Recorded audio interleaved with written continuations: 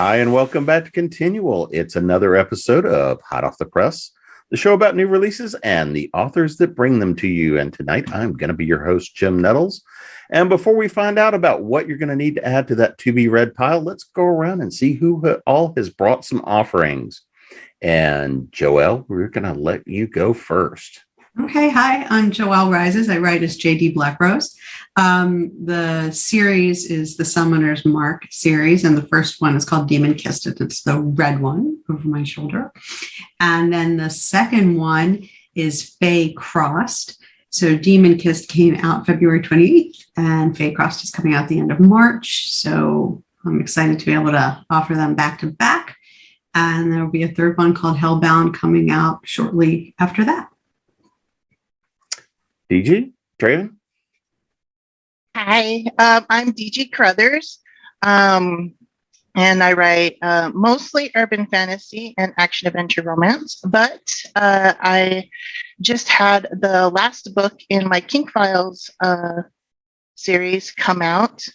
It's a little series of novellas primarily about, my own kink experiences and lifestyle that I've told through my characters. So the third book, Fetch, came out last week, and today is the last day you can actually get the first book, The Kiss, in a special giveaway that you can find on my website, which is dgcarothers.com.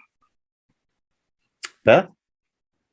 Hi, I'm Beth Dolgner. I write paranormal fiction and nonfiction, and my current series is the Eternal Rest Bed and Breakfast Paranormal Cozy Mysteries. So book number 4 just came out on March 1st, and it is called Scenic Views. Tom? I'm Tom Doyle, probably best known for my American Craftsman trilogy from Tor Macmillan. But what I'm here with, and that's Magician Soldiers and Psychic Spies in the present.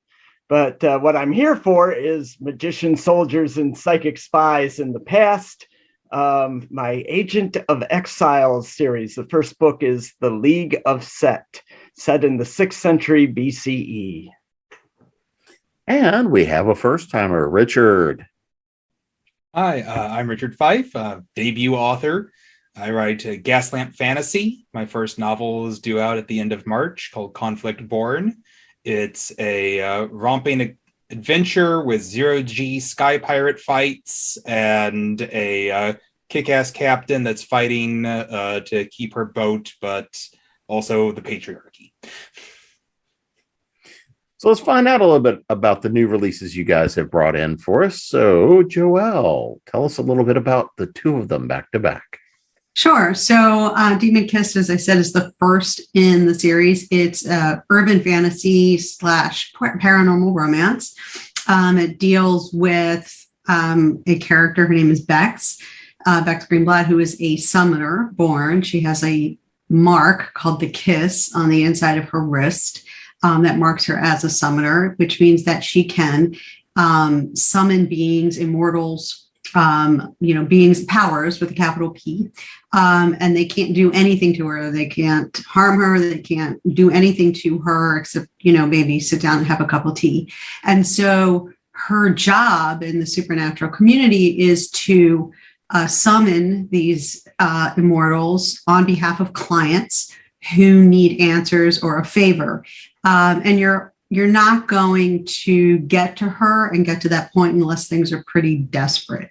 So when we meet her, a summoning has gone south, and she is, as a result, she sort of fixes it, but as a result, she now owes a demon a favor. And so she's given up summoning and is basically hiding out bartending badly in a Fae bar, waiting for this demon to call in his favor, and she doesn't know what he's going to ask, what he, when he's going to ask it, or what he'll do if she says no. And so that's where the series starts. How about you, Draven?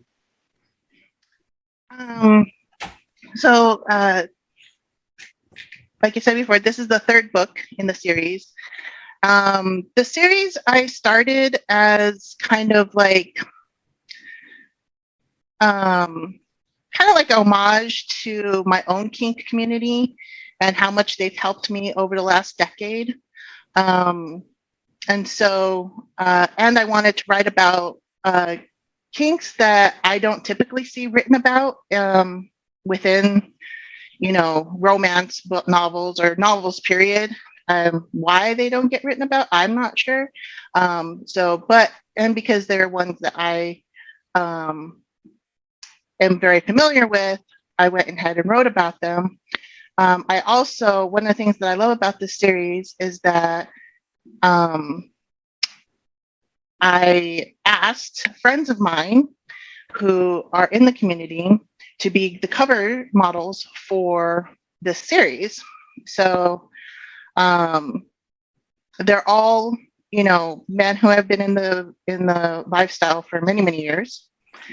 And the Kiss is the first one. I swapped out so you can see the Kiss, which is the first one, who is a dear friend of mine. And then Tread is the second one. The Kiss is about whip play primarily.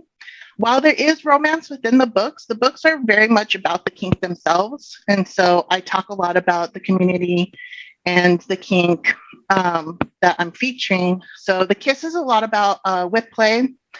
Tread is about trampling. And then Fetch is about the Leatherman community, which we really don't see a whole lot of. So I delve pretty deep into the Leatherman community and about leather pups and leather kitties and all that jazz. And then the last one, Fetch, is one of my best friends who is the president of his local leather club out in Dallas. How about you, Beth? Well, I describe the Eternal Rest series as being Murder, She Wrote, but with ghosts. So it follows my heroine, Emily. Emily runs a bed and breakfast in a Victorian home that happens to be haunted. And she and her best friend, Sage, who's a psychic medium, team up to solve murders. There are a surprising number of dead bodies popping up in their little town in North Georgia. And in Scenic Views, I actually went for a double murder. Emily brings home a beautiful antique mirror, and it turns out to be haunted by the ghost of what turns out to be a twin. It's two twins who were believed to have killed each other about 20 years before. And of course, that is not the story. So Emily and Sage have to find out what really happened. All right. And Tom? So the first hero we meet of Agent of Exiles is Samuel Ben Yohanan, who you could translate, I guess, as Samuel Jackson. And he is a rogue secret agent of the Judean court in exile in Babylon. And he gets involved with helping Cyrus the Great conquer Babylon in return for sending his people home. Well, things don't go quite according to plan, and he ends up having to work for Cyrus full time. And his first expedition is as the kind of advanced reconnaissance for a possible invasion of Egypt. And with him is sent a minder, one of the Magi, Mernaz of the Flame, and she is both skilled in magic and combat, and is supposed to keep him out of trouble because he's generally very good at causing trouble. And they come into, so for this, I used actual historical events, though I tend to believe whatever Herodotus happens to be saying. So even if he seems to be lying, I go, that's perfect, Herodotus. That's the story I want. That's the way to lie. Gold digging ants in India. Yes, there are gold digging ants in India. They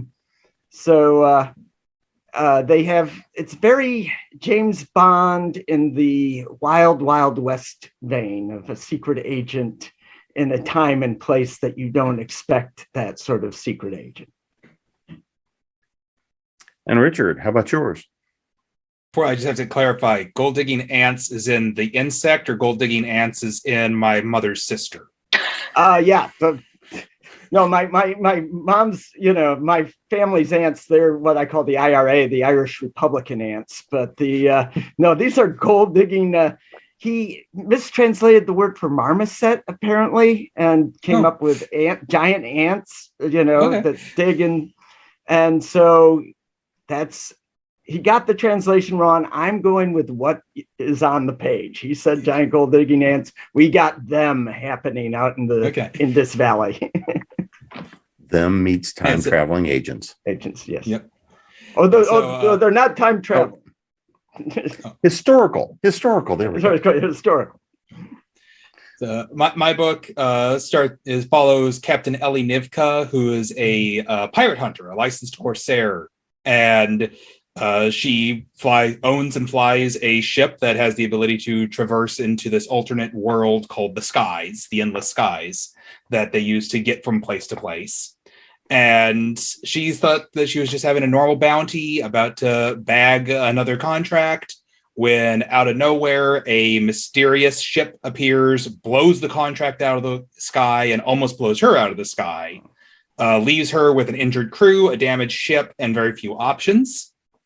And in the process of trying to limp her way back to port, ends up picking up a noble that was stationed, or was waylaid on a mining colony that offers to finance the repairs in exchange for helping her out. And that gets Ellie drawn into larger conspiracies that are threatening an empire she's not very happy exists. She does not like the empire she lives in, but the conspiracies also threaten the skies that she loves. So, bit of a split dichotomy on what to do there. Everyone's books are so interesting. I want to read them all now. So, Draven, let's sort of start with you on this one. One of the most fun parts of being a writer, one of the most fun parts about being a creator is the research rabbit holes we get to go down. So as you were going through and doing the research and in your case, doing some exploration and whatnot, kind of what rabbit hole did you go down, or what did you explore? What did you discover in the process that really kind of fascinated you, and the thing that would really appeal to the readers as well? For this series, most of everything from this series really comes from my own experience of things that I've either witnessed, experienced exactly for myself, mostly for myself. But in the case of this last one, Fetch, because of the way things have been for most of my life, the Leatherman community has been really strictly for men only. It's only been the last 5-10 years that they've opened up more to male identifying people. So my knowledge and experience within that particular community is very limited. Fortunately, I do have a best friend who has been in the community for almost 2 decades. So I went and hung out with him and his boyfriend and got to hear many, many stories of his adventures. And we talked a lot about him bringing the diversity, not among the leather pup community, of bringing in other animals, particularly leather kitties and stuff, into the leather pup community, and helping to expand their definition of leather pets. How about you, Beth? What did you find in the rabbit holes? I fell down the rabbit hole a long, long time ago because everything I write winds up having paranormal theming.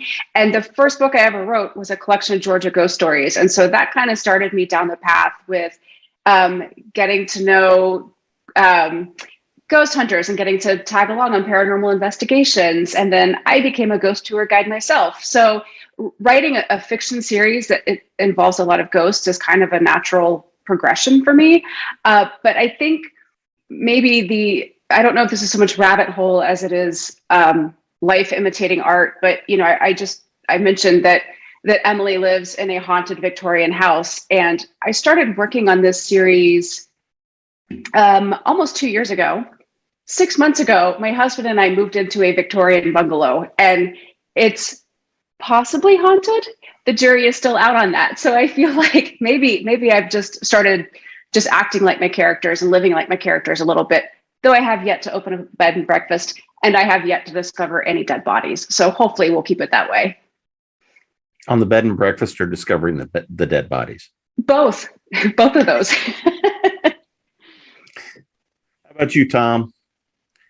Well, I was surprised in setting something in the 6th century BCE that when I go first to Egypt and then to Greece, all the people in the Eastern Mediterranean, the Levant, they know each other in Herodotus. Those stories all interconnect already. So it's already there for me that when my characters show up and they meet, say, the Pharaoh Amasis II, he in turn will know a character in, the next books, the Polycrates, and he and these people all know each other. And in the time of Amasis II, you have this courtesan who's the source of one of the first Cinderella stories, complete with a found sandal and all that. She is from the island of Samos, and so she knew Pythagoras, and is yet in this court in Egypt, and it provides another connection, with between the stories where everyone's talking to each other, everyone knows each other. It's a pre-networked story, and I had no idea it was going to be that way. I thought I would be having to make up the connections or stretch things a good deal more. And instead, these people are already talking about each other. And so my characters get talked about within these networks. It's pretty soon everybody knows who they are. So I'm going to throw a question out there because, you are writing fairly historical stuff. Did you find that, like everything else in historicals, people are people, and sometimes they created the webs you needed them to make to pull together the story? Yeah, people, the same sort of motivations. There are, of course, the characters who are historical people are generally very human, fully rounded human beings. There are some exceptions to that with Polycrates, his run of good luck is a little too extreme, and it's kind of twisted him a bit. And the big villain or villains in the story, they're Bond villains, so they are not people are people. People are psychotic world wanting to dominate the world, such as it is in the 6th century BCE. They're Blofelds, they're the heads of Spectre, that sort of people. But the other people are people. And even some of the, things that dead people are people, even, in this story. So. How about you, Richard? I found that I actually fell down two very opposite holes that kind of created a zero gravity bubble for me. One of them was actually I really wanted to know about just some of the minutia or day-to-day things that you don't typically hear about of working in microgravity, because a lot of my book takes place, there's no gravity, because that's just where most of the ship travel happens.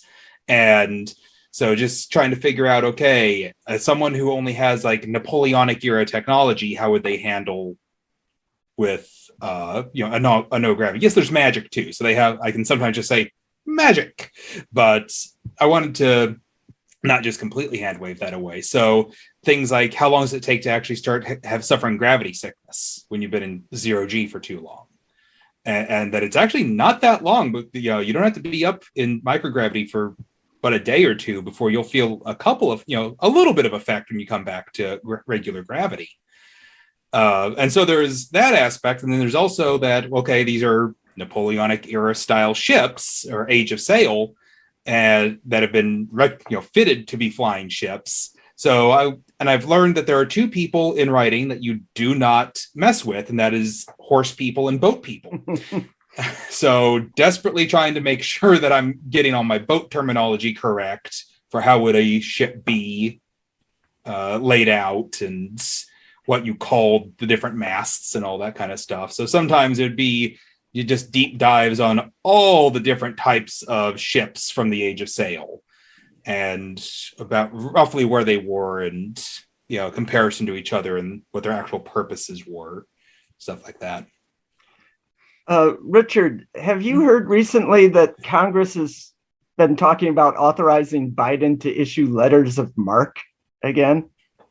I have not. That piracy is still a real problem today. It was in the news a lot more in the before times with stuff like the Somali pirates, but it's still around. So that'd be a hilarious shift to start having privateers again. How about you, Joel? What rabbit holes did you slide down?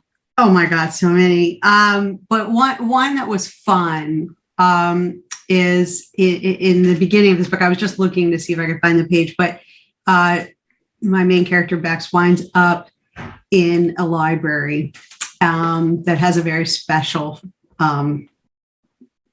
floor that is only accessible to certain people. And she is looking for information. She's trying to research information about the kiss, the mark on the inside of her wrist. And I have her scanning the shelves. And I had this opportunity to make up all these crazy book names. And one of them is Demonologia Pro Imbecilibus. And that translates to Demons for Dummies. But I wanted to make sure it said it perfectly. So I had to, actually, with my son's help, get in touch with a classics professor at Ohio University, and he translated it for me. And he got so into it because when you start asking classics people like for help, they're like so excited that anyone cares. So he actually translated it, and then he got back to me. He's like, no, I didn't like that. I think it's the wrong declination. And like he changed it again so I would have it exactly right. So I really wanted a chance. Thank you for a chance to mention that, because I know, otherwise there's going to be like one person who reads this book and laughs at Demons for Dummies in Latin. And maybe now a couple more people will recognize it. But all of those books were so much fun to make up. I have the Zohar, the Cliff Notes. I have like all sorts of fun things in there. And that was great. I spent entirely too long figuring out the titles to those pretend books. But yeah, I went really far in trying to figure that out. It is surprising how many people secretly know Latin, at least enough to get by. I just hope someone will read it and go, oh, I shocked. That's hilarious. It's like my email signature has una stamna res secundamalius in it. And most people just go, oh, whatever, random Latin phrase. But occasionally someone's like, wait, that says one damn thing after another. See, I would have had to piece that together, which is why I had to contact an actual classics professor. And in book 3, which I don't have the cover up, but it's called Hellbound, I had to go back to a different professor at Ohio State University to get things translated into both ancient and modern Greek. So that was super fun as well. I was like, how do you say shut up in modern Greek? And he's like, well, it depends. Like, how rude do you want to be? And I'm like, really rude, really rude. So yeah, it was fun. So as we go through and kind of dive into these stories a little bit, I mean, every story is, of course, about the characters. It's the foils. It's who are we going to meet in the story. So Beth, living or dead, who's your favorite character that we get to meet out of the story? Oh, in Scenic Views, my favorite character would probably be a sweet little old lady named Stella Green, who basically tells one of the ghosts that he can go to hell. So I like characters like her, but actually one of my favorite kinds of characters to write are absolute jerk characters. The second book in the series is called Late Checkout, and my murder victim is just a real arrogant jerk, and I took great delight in offing him in the course of the novel. But yeah, I liked Stella quite a lot. She was a fun little old lady to be around. All right. So who inspired her? Without naming names, unless of course you so feel like it. Stella wasn't inspired by anybody, but my murder victims, the twins that allegedly killed each other, were inspired by real people. And I don't know the names of either one of the people. They were literally just people I saw out in the world being rude. Like one of them was somebody who was super rude to a flight attendant. And I was like, you know what? You're going to be the inspiration for my next manuscript. And I'm going to kill you. Exactly. Karma comes around in strange ways. I have a coffee mug that says, "Do not annoy the writer, or she will put you in a book and kill you." So, you know. How about you, Tom? Who is it that you really love playing with in this book?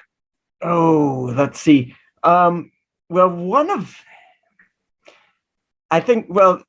I had a lot of fun with a character who was kind of the Q of the story with the gadgets and such.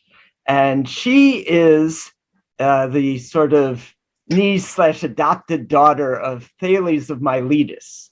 And her name is Carothers, but I call her Cubby as a nod to Cubby Broccoli of the James Bond franchise.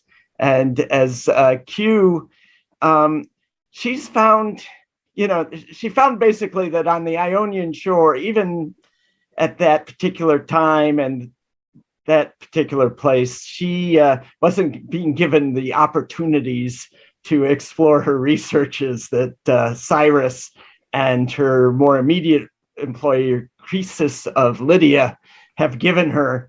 And so she gets, the full kind of Q basement and she's exploring those sort of things, those nice gadgets from the ancient world that you hear about, like a mirror that will, focus enough heat to burn ships and devices like that she's a Da Vinci ahead of her time. She's having a lot of fun, but she has no patience for fools, like the character of Q, and she is concerned about the return of her gear and such. So she has a lot of the Q aspects, but she's also someone who has found a niche in the ancient world. And she eventually, in the next book, she find out she goes to conventions of sages, and they've come up with the term of natural philosophy for what they're trying to explore. And, but they have difficulty finding the words to describe her before that. Is that, she's kind of insane. Is she, they can't say mad scientist. So what is she? She's not an evil magician. She's, what's the right term for this? So I had a lot of fun with her. Malevolent Tinkerer is one of my personal favorites, but how about you, Richard? I think the character beyond the main character that I really enjoyed writing was probably the noblewoman that Captain Nivka has to get in league with, Peyra.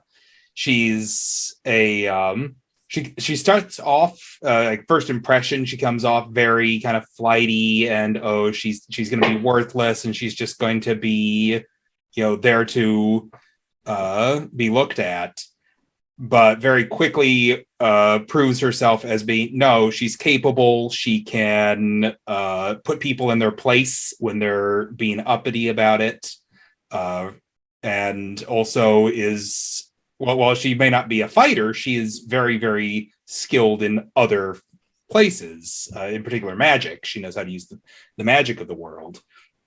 And that turns out to be a lifesaver several times for the ship.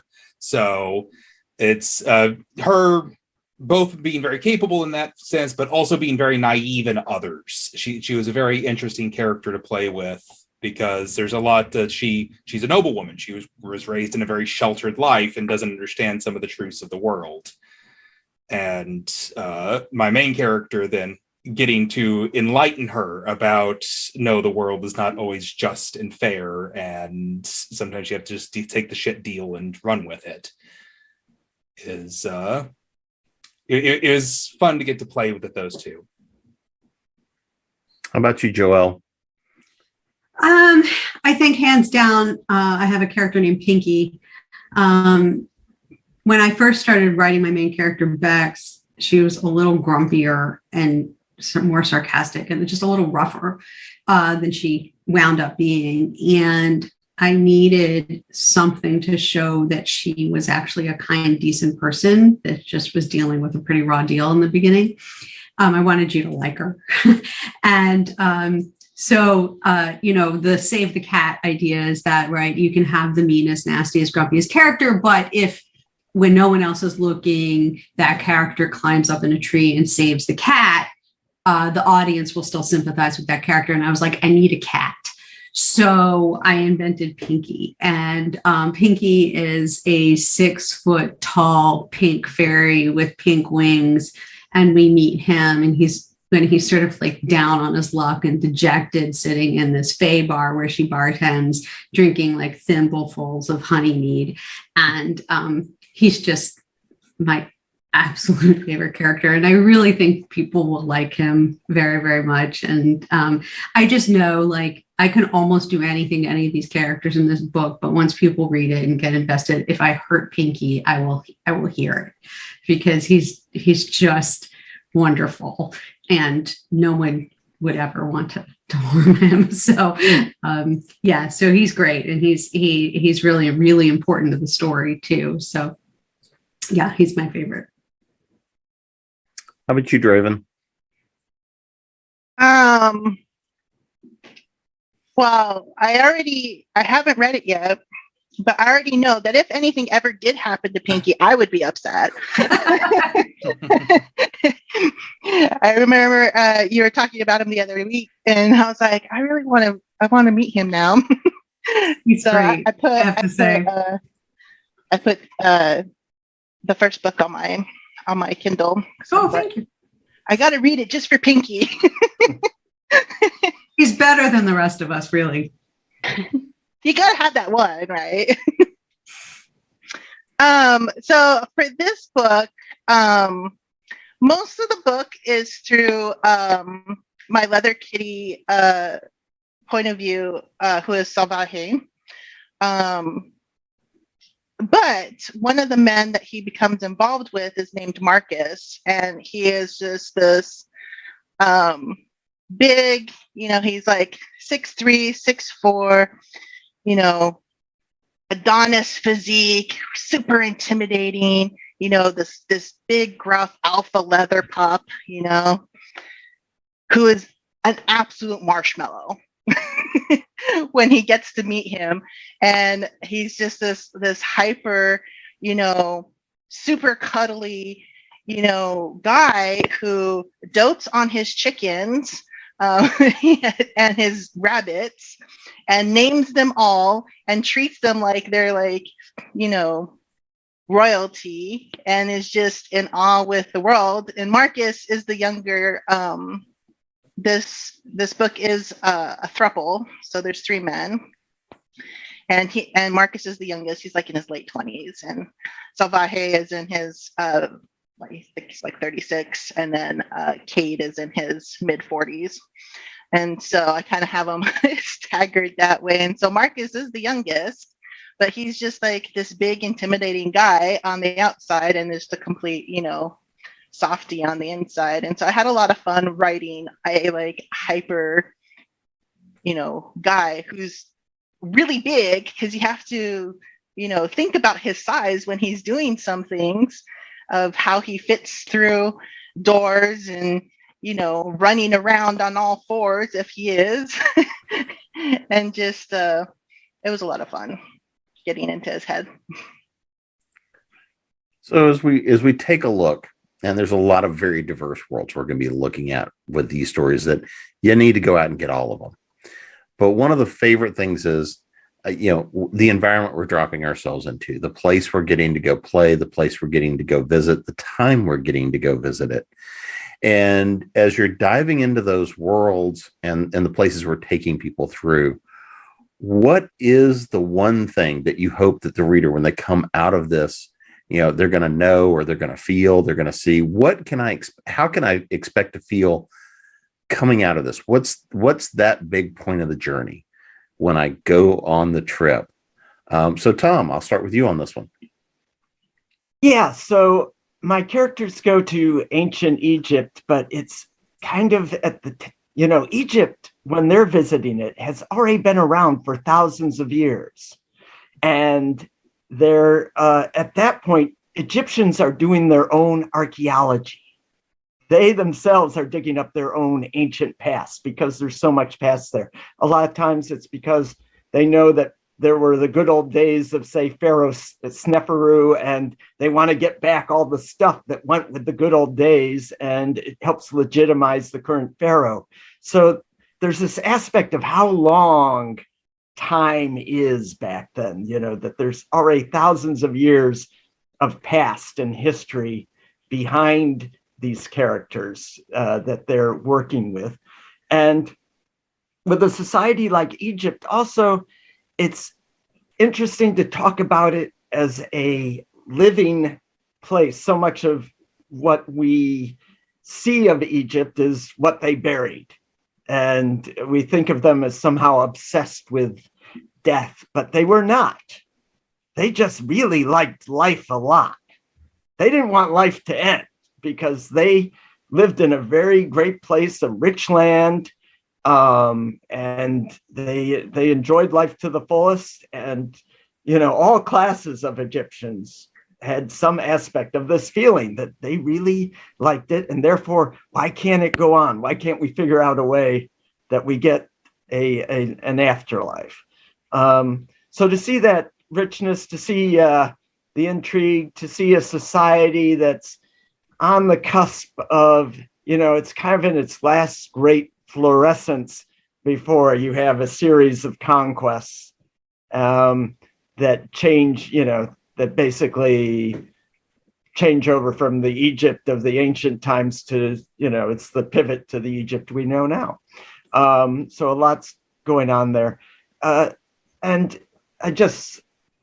that would be the thing. Besides the general rollicking fun and adventure, if there's an environment to soak up, I would like them to soak up that there's really a lot going on. You stick a pin in the 6th century BCE and you might think, oh, well, what's the big deal of that century? And yet there's so much going on, and it's a rich environment, a rich history. How about you, Richard? When people get done with the spacefaring trip, what are they going to come away with in their own sails?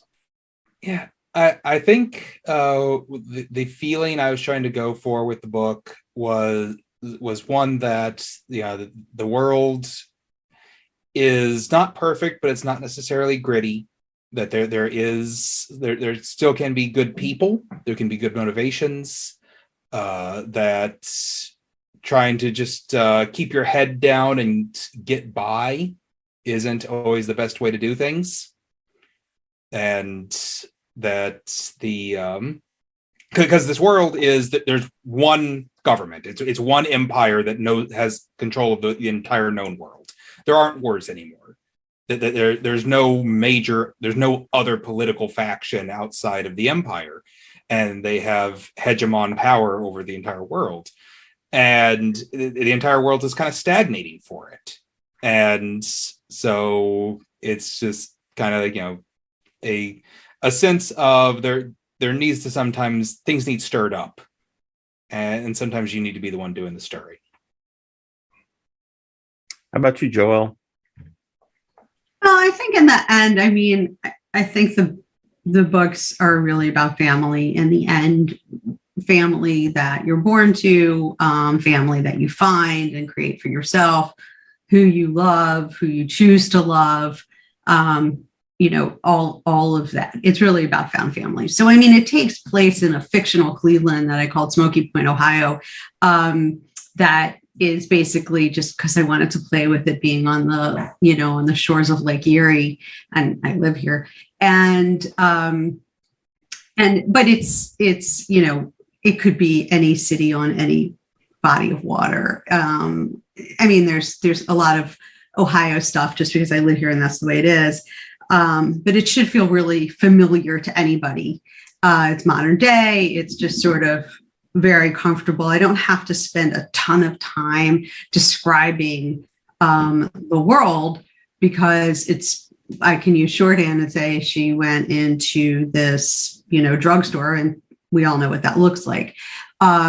So the major part, really, in terms of what I want people to walk away with, is not so much about this physical place, but the emotional and mental choices that people make about who they love and who they spend time with. And that's really what the whole series winds up being about, even after we get to Faye Crossed and they go someplace else, which could be intimated by the title, maybe. And then the third book, which is called Hellbound, means that maybe they go someplace else, even, again, intimated by the title. But the theme of family, is really the main thing. Is Smoky Point a play on like Cedar Point? Yeah, I thought of that. Yeah. It literally, I was like, what's this place called? And I came out with Smoky Point, and later I thought maybe I thought of that because of Cedar Point, exactly, which, for people who don't know, is a big amusement park here, like King's Dominion or Hershey Park or something like that. But that's what I just called it. And it's Smoky Point, Ohio. And yeah. But I explained the burning river. If anybody ever, I do explain that. So. You caused it, didn't you? It's your fault. No, an escaped demon caused it. Of course they did. Demons take all the blame. They had nothing to do with it. How about you, Draven? Feeling. Fetch is really about finding home. I take Sal kind of through a mirrored journey where, he lost his partner of 15 years, and he ended up roaming around the United States on his bike for 4 years before he took up an offer from his cousin to go to Hartstone, which is a completely made up town in South Carolina. That the whole series, plus I have a spinoff series that's all set in Hartstone, and decides to go there to stay with his cousin for a little while, and finds out that this is where he's meant to be. And that finding a new home and finding a new family is something a lot of us can relate to, but I mirrored it off of my own journey. When I had to move back from France to the States, I was couch surfing across the United States for a little over a year, just because I couldn't find work. This is back in like 2010, 2011. And so it was right when that big recession hit. And I happened to be coming through Nashville, which is where I live now, to visit a friend of mine who said, hey, come hang out for a month before you go to Florida.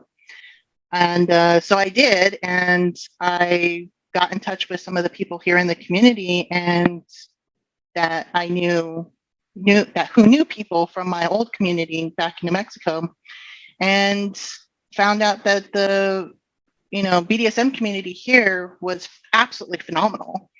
And super supportive and educational. And so I decided to come back and stay here. And I've now been here for 10 years.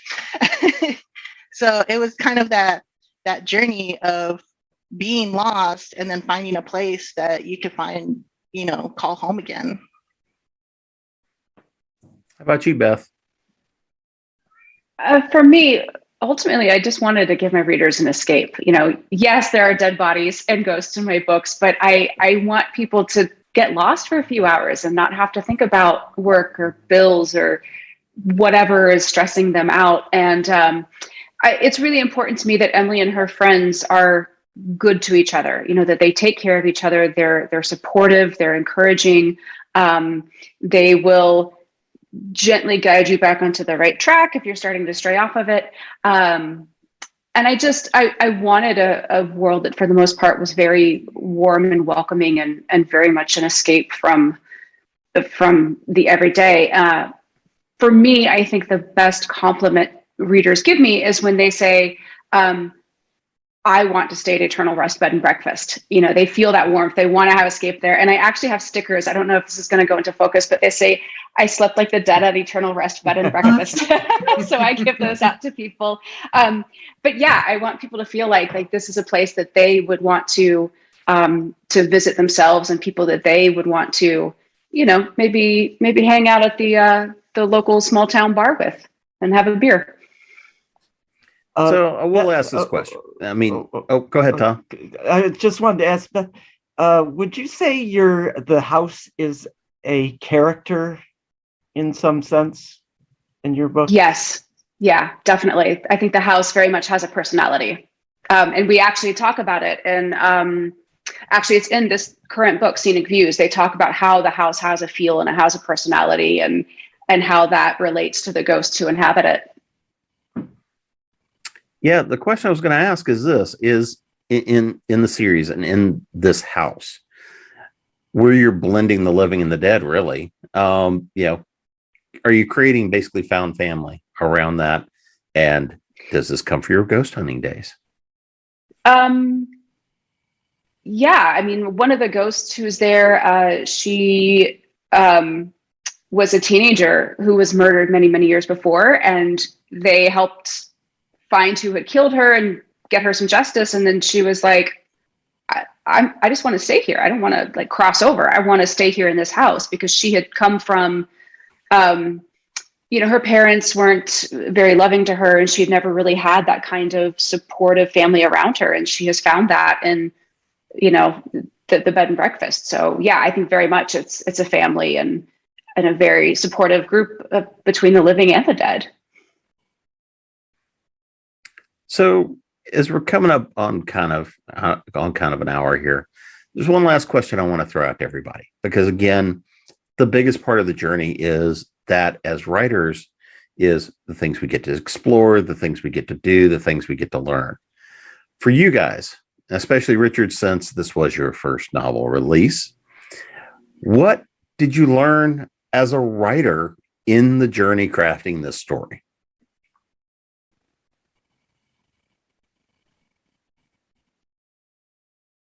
I think one of the big things I learned was to not be scared to tell the story that needed to be told by my characters. That when I first started writing the book 3-4 years ago, I did not expect it to go as in depth on some of the themes and feelings that it did. And because there's found family in mine, there is learning to question your own beliefs and your own paradigms that exists a lot. That 4 years ago, my book, I wasn't ready to write yet. And as this book grew and I grew as a person, that it's like, no, that's what this book needs to be about. That's the truth I need to write. How about you, Joelle? Well, honestly, though these aren't my first publications, because I've written for Falstaff Books before and published through them. These are through Bellbridge Books. This was the first time that I wrote 3 novels right in a row, and and we wrote that, the way we organized it is that they were just written boom, boom, boom, so that they could be released like they are being released, in a rapid succession. So these books are all done before anybody sees them. And so it really had to be a level of upping my game and sort of trust in myself as a writer, that I could write things that people would like. Because, me and my publisher committed to 3 novels before a single reader read page 1. So it really needed to be sort of a growth in my trust and my ability to just freaking do it, and to sit down and just write 3 novels. and just hope that and just have faith that it would all turn out okay. And I'm literally, because the first one just came out a couple weeks, like 2 weeks ago. So I'm just starting to get reviews in, and luckily I can breathe a little bit because they seem to be very positive, but who knew? So forging ahead as a writer and just sort of starting to have some faith in your ability to actually do it and, tell the story and finish the books and be on time and be a professional and take the edits and do all of that. Just have faith in your ability to do that. That was a big step for me.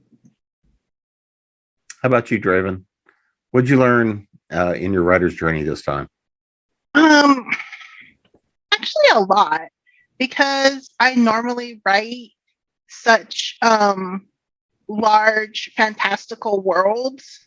To bring it all down and write something, that's contemporary, that there's no magic in the world, there's no fantastical creatures in the world, there isn't this huge world that I have to build. So to bring all of that down and really focus on, the things that really, really matter, especially because I don't like writing relationship angst. I have always been coined as like a violent, fluffy writer with my other books where, there's no relationship angst. I just don't like writing that kind of like drama. So, these books are all focused more on the relationships and less on, external action, and so it was really hard to focus in on like the relationship dynamics more than I normally do. and just paring it down and trying to keep it like simple and not blow it up into like something huge that it just didn't need to be. How about you, Beth? I think one of the things I learned, I started this series after a brief hiatus from writing, and I learned that I am a better, happier person when I am writing and telling stories than when I'm not. I think it's something I need to do, and it feels really good, and I need to continue doing it. Also, I was reminded of the fact that no matter how much planning you do, my characters are going to do whatever they want to.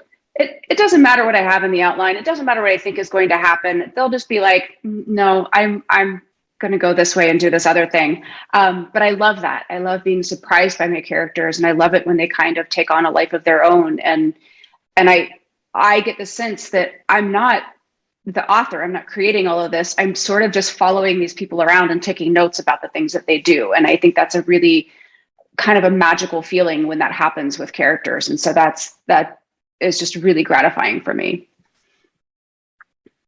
How about you, Tom? Well, I learned that to a point, the best muse is the one that points a fucking gun at your head.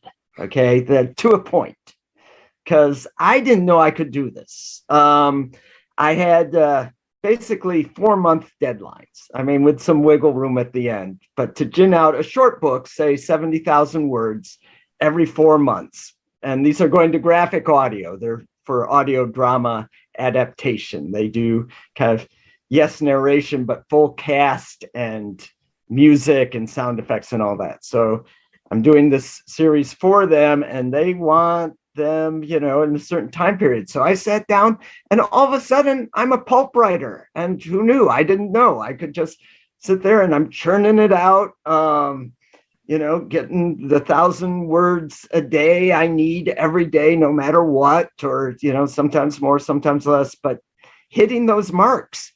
And cruise through book 1, book 2, a little slower, still cruising, hit book 3.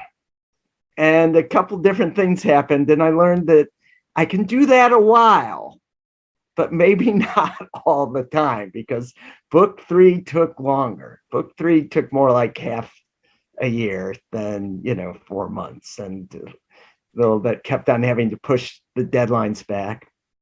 Part of it was it went to ancient India, where there's less Herodotus doesn't know anything. There aren't any good written sources right at that time, right there.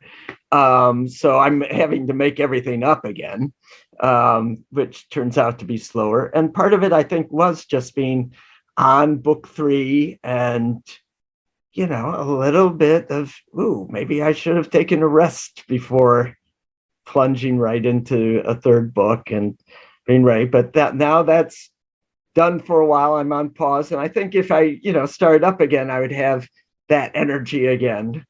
But I was surprised that it didn't just get faster and faster and easier.